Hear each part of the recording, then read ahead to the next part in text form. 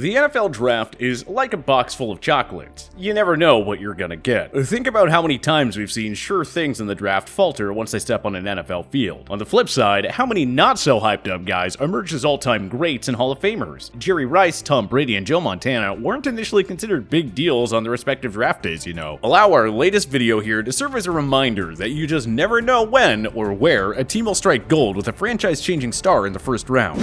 Here is the best player taken at every spot in the first round from 1 to 32. Number 1, Myles Garrett.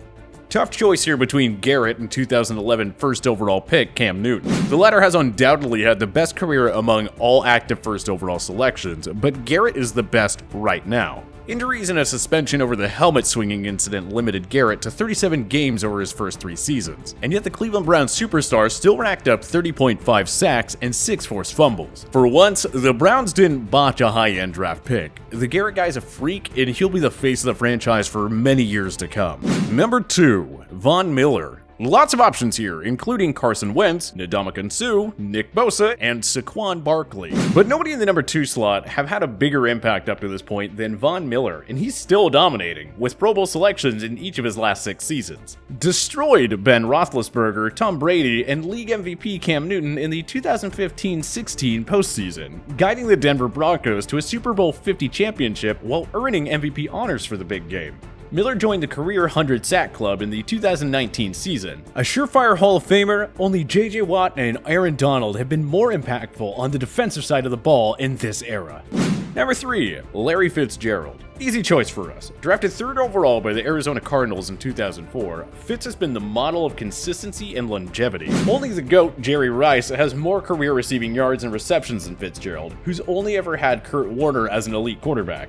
Even in his mid-30s, Fitzgerald remains a dynamic game-changer for the Cardinals, and who can forget his historically dominant run during the 2008-2009 postseason, when Fitz nearly led Arizona to its first Super Bowl championship. Number 4, Ezekiel Elliott. With all due respect to AJ Green and Trent Williams, Zeke is simply the guy we want to build a team around now. Few running backs have been more productive than Elliott in their first 4 seasons. He won the rushing title in his 2016 rookie year and again in 2018. 3 Pro Bowl selections, 5,405 rushing yards, and 40 touchdowns over a 4-year span. He certainly stands out more than any other running back in an era where it's hard to find an MVP caliber guy at the position. Number 5, Patrick Peterson. It's a coin flip between Peterson and Jalen Ramsey, but we're going with the guy who's been locking down receivers for nearly a full decade. 8 Pro Bowl selections in 9 seasons, a 3-time first-team All-Pro. He was named to the 2010s All-Decade team. And let's not forget about his slick punch return skills. To us, this man was the best cornerback of the 2010s. It's only a matter of time before he gives way to Ramsey, though. Number 6, Julio Jones. Another easy choice here. Julio is arguably the best wide receiver of his era. That's really not up for debate. Matt Ryan and Jones have formed one of the greatest QB wide receiver duos in NFL history. When all is said and done, the latter will be in top 10 in career receiving yards. The 7-time Pro Bowler and Matty Ice nearly guided the Atlanta Falcons to their first ever Super Bowl championship in the 2016 season. Even if they never capture a Lombardi trophy together, Jones and Ryan have locked themselves down as future Canton members. Number 7, Mike Evans. There are 2 guys who have hit 1,000 receiving yards in each of their first 6 years. Randy Moss and Mike Evans. That's it. That's the list. It's especially amazing that Evans was able to do so without any elite quarterbacks to work with. Will the additions of Tom Brady and Rob Gronkowski finally give Evans a sniff of the postseason? You can only hope so. He deserves it after having his early prime years wasted. Number 8, Christian McCaffrey. Absolutely unbelievable. It only took McCaffrey 3 years to join Marshall Faulk and Roger Craig in the 1,000 Club, and he did it without starting quarterback Cam Newton for practically the entire 2019 season. Look up the definition of workhorse in the dictionary and you'll find McCaffrey's name. He's recorded over 600 receiving yards as a running back in each of his first 3 years, to go along with a pair of 1,000-yard rushing campaigns. With Newton and Luke Kuechly no longer in Carolina, the Panthers are now McCaffrey's team. Number 9, Tyron Smith. Wow, we're not even through the top 10 yet, and we're already on our 4th player from the 2011 class. The Dallas Cowboys have gotten more than they could have hoped for out of Smith. This 7-time Pro Bowler and 2-time first-team All-Pro helped DeMarco Murray win a rushing title in 2014, and of course, he helped Zeke win it in 2016 and 2018. Smith didn't get mentioned much because he's only one of the many studs on the Cowboys' elite offensive line. But don't worry, Tyron, everybody knows that you're going to the Hall of Fame someday. Number 10, Patrick Mahomes. Hindsight is 2020, but how in the world did Patrick Mahomes fall all the way to number 10? The Kansas City Chiefs saw something in Mahomes that nobody else did. We're gonna go ahead and guess that they don't regret trading up to grab him one bit. Mahomes took over as the starter in 2018. So far, it's produced 1 Super Bowl, a Super Bowl MVP, a 2018 League MVP, and 2 trips to the AFC Championship game. With Tom Brady out of the AFC, is it a stretch to say we're looking at the next great football dynasty in KC thanks to Mahomes? Number 11, JJ Watt. Another toss-up here, this time between Watt and Ben Roethlisberger. But again, it comes down to who do we want to build around now? And right now, the answer is Watt. It's too bad that injuries forced Watt to miss most of 2016, 2017, and half of the 2018 season. But before his body began to betray him, the guy was unquestionably the best defensive player in football. 5 first-team All-Pro selections, 3 Defensive Player of the Year awards within his first 5 seasons, and a 2-time league leader in sacks. What more can you ask for in this guy? Only Aaron Donald has a case for being the better defensive player of the past decade. Number 12, Deshaun Watson. The Houston Texans traded up via the Cleveland Browns to get Watson at number 12 overall in the 2017 draft, and it has paid off tremendously.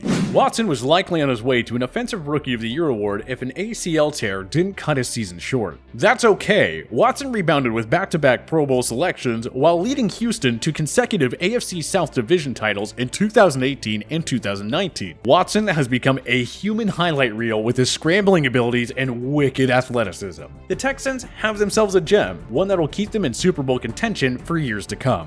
Number 13, Aaron Donald. If he's not the best player in the NFL, he's at least the undisputed number 1 defensive player in the league at the moment. The 280-pound defensive tackle somehow fell to the St. Louis Rams in the 13th slot of the 2014 draft. Donald has returned the favor with a whopping 72 sacks over his first 6 seasons, along with 2 Defensive Player of the Year awards, 5 first-team All-Pro selections, and, oh yeah, a trip to Super Bowl 53. This guy was the easiest choice on our list. Moving on. Number 14, Earl Thomas. Ed Reed was the best safety of the 2000s, and Thomas was probably the best safety of the 2010s. Thomas slipped to the Seattle Seahawks at number 14 overall in 2010. He, Cam Chancellor, and Richard Sherman formed the iconic Legion of Boom defense that led Seattle to a Super Bowl 48 championship plus a Super Bowl 49 appearance. Now with the Baltimore Ravens, Thomas has earned 7 Pro Bowl and 3 first-team All-Pro selections. He's a shoo-in Hall of Famer already. Anything he accomplishes from here on out is just gravy. Number 15, Jason Pierre-Paul. Pierre-Paul hasn't gotten as much attention over the years, but he quietly remains one of the game's most consistent veteran pass rushers. JPP and Justin Tuck terrorized Tom Brady in Super Bowl 46, leading the New York Giants to their 2nd Super Bowl in 5 seasons. That year, Pierre-Paul recorded a career-best 16.5 sacks. JPP was traded to the Tampa Bay Buccaneers in the 2018 offseason. In his first year there, he turned back the clock and recorded 12.5 sacks. The Hall of Fame is probably a stretch right now, but he'll always have that ring to flash around. That's what you play for, right? Oh, and he's the best active number 15 overall selection. Number 16, Zach Martin. Remember when Jerry Jones wanted to use the number 16 pick in the 2014 draft on Johnny Manziel? Good times. Instead, he wisely used it on Notre Dame guard Zach Martin, who has grown into one of the NFL's elite offensive linemen. Offensive linemen never get the credit they deserve. That will change, however, if this group of big men can lead the Cowboys to their 6th Super Bowl championship. Number 17, CJ Mosley. It seems like overlooked prospects follow the Ravens in the first round every year. That was certainly the case with CJ Mosley in 2014. Mosley became a force on the Ravens defense in the post-Ray Lewis and Ed Reed era. The 4-time Pro Bowler and 2nd-team All-Pro, now with the New York Jets, was the perfect fit for the Ravens. We'll see if he can reach that same level of success with the Jets. Number 18, Marcus Peters. If you ignore his frustrating and inconsistent 2018 season with the LA Rams, Peters has otherwise been one of the NFL's premier shutdown corners. The 2015 Defensive Rookie of the Year played a vital role in the Kansas City Chiefs secondary, earning 2 Pro Bowl selections while being named a first-team All-Pro in 2016. Peters regained his elite status when the Rams traded the ball-hawking corner to the Ravens before the 2019 trade deadline. Peters fortified an already deep secondary, helping Baltimore finish with a league-best 14-2 record. Peters also earned his second career first-team All-Pro selection. Number 19. Leighton Vander Esch. The Boise State product has been an anchor on the Dallas defense throughout his young career. Vander Esch helped the Cowboys win the NFC East in his 2018 rookie year, having recorded 105 combined tackles, 7 passes defended, and 2 interceptions. Those were good enough for Vander Esch to receive Pro Bowl and second-team All-Pro selections. He, DeMarcus Lawrence, and Jalen Smith will form a ferocious front seven for many years to come. Number 20. Brandin Cooks. Unbelievable! This guy was traded 3 times in 3 years from 2017 to 2020. How has he played for 4 teams when he's a 4-time 1,000-yard receiver who's still in his prime? Cooks isn't exactly elite, but he's one of the game's most underrated offensive playmakers. He was instrumental in helping the New England Patriots and LA Rams reach Super Bowl 52 and 53 respectively. Cooks was traded to the Houston Texans in the 2020 offseason. With DeAndre Hopkins gone, he'll likely be Deshaun Watson's go-to guy in that offense. Expect him to add another 1,000-yard season to his resume. Number 21. Chandler Jones. He's not quite in the same class as Watt, Donald, and Miller, but Jones has been one of the game's most dominant and consistent pass rushers since he broke into the league in 2012. Jones played a monumental role in helping the Patriots win Super Bowl 49 over the Seahawks. Since joining the Arizona Cardinals in 2016, Jones has taken his game to another level. He led the NFL with 17 sacks in 2017, and he racked up a career-best 19 in the 2019 season. Jones was also named to the 2010s All-Decade Team, and rightfully so. Number 22. Anthony Castonzo. Tough call here with Desmond Trufant, Demaryius Thomas, and Bud Dupree also getting consideration. But we're settling on Indianapolis Colts left tackle Anthony Castonzo, who's been a mainstay on their O-line for almost a decade now. Castonzo and the Colts formed the NFL's best offensive line in 2018, helping Andrew Luck enjoy an epic comeback year before his shocking retirement. Castonzo had another superb year in 2019, earning a grade of 81.3 from Pro Football Focus. He's not quite that class of top-tier offensive lineman, but Castonzo has been more than steady throughout his career. Number 23. Dee Ford. The Auburn product was frustratingly inconsistent over his first 4 years, with the exception of a 10-sack season in 2016.